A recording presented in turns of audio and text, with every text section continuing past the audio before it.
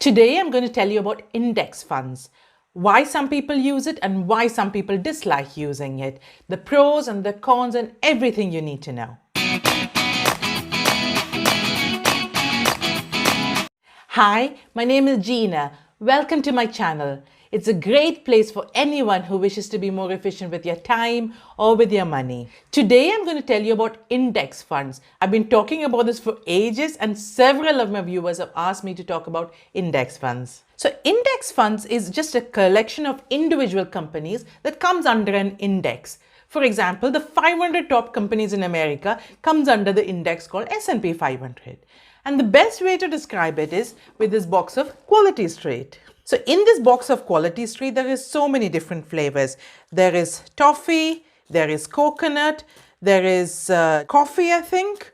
There is strawberry. So this is a collection of chocolates that's come under one box. So that is just what an index fund is. A collection of shares that comes in one tin. You can buy an index fund under any sector. So for example, you can buy just technology index, or you can buy just healthcare indexes, or you can buy just commodity indexes like in petrol or in gold, or you can buy a real estate index called a REIT.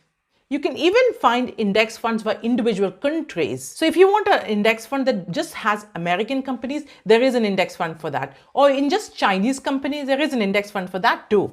There is also globally diversified indexes. So you're not investing in a particular country or a particular sector or a particular commodity. So it's just globally diversified all over the world.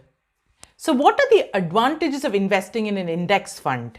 Number one, it is diversified. You're not investing or stock picking one particular company. So you're investing in a group of companies. So your risks are less. And it's very hard for people like us to foresee what the economy of that company or that country might be doing. There might be political factors that is affecting the economy. There might be a healthcare pandemic, like the pandemic. Nobody can foresee that.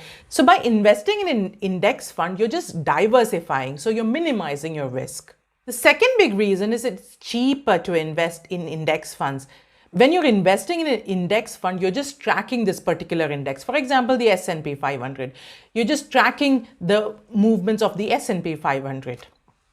So you're not paying for an investment manager or a hedge fund manager. So the costs of investing in an index fund is often cheaper. Usually it's around 0.5 or less than that of your portfolio. I pay around less than 0.35% of my portfolio size. The next big benefit is the law of averages. So a few weeks ago, Tesla went through the roof. And there might be other companies that is really struggling and hitting rock bottom. So if you were invested in an index fund, so that sort of averages itself. So the highs are not that high, but most importantly, the lows are not that low. So even though you don't get a lot of highs, you're not losing a lot of money either. So it sort of evens itself out. So that is a law of averages. The fourth big advantage of index fund is the survival of the fittest. So only the best companies stay in that index. For example, the FTSE 100. M&S was part of the FTSE 100 for years, for well over 70-80 years. But recently, it's fallen out of the FTSE 100, the 100 top companies of England, because the company is not doing very well. And then some other company that is doing well has been added to this mix of the FTSE 100. And over in America, the S&P 500, Tesla has been recently added to the S&P 500 because the company is doing very well. And the company that is not doing very well gets taken out of the S&P 500. So you can see, holding on to an index fund, you naturally hold on to the best companies.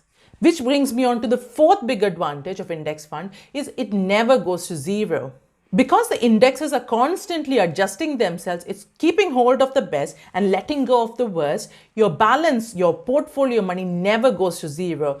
If you held stocks of single companies, you'd have to keep monitoring it to make sure that the company is not deteriorating. For example, if you had M&S shares, you would want to start selling them and you would be selling it at a loss now because the company is deteriorating. Which brings me on to point number 5. It is set and forget. Because the indexes always adjusts itself, you don't have to constantly monitor it or monitor its performance to make sure you're not losing money. The index does that for itself. We all have busy lives, so index fund is a great choice for most of us. So what are the disadvantages of why some people do not like index funds? So with an index fund, the returns are average because the highs are not that high and the lows are not that low. The returns are sort of averaged out. So the average return of the S&P 500 over past 50 years has been about 9%. Whereas the companies like Amazon or Apple has grown exponentially over these last few years. So that's one big reason why people do not like index fund. Their returns are quite average. The second reason people do not like index fund is it's really boring. You put money in every month and do nothing about it and just let it grow over time. So it's quite boring for people who want to be actively involved. So what do I think about index funds?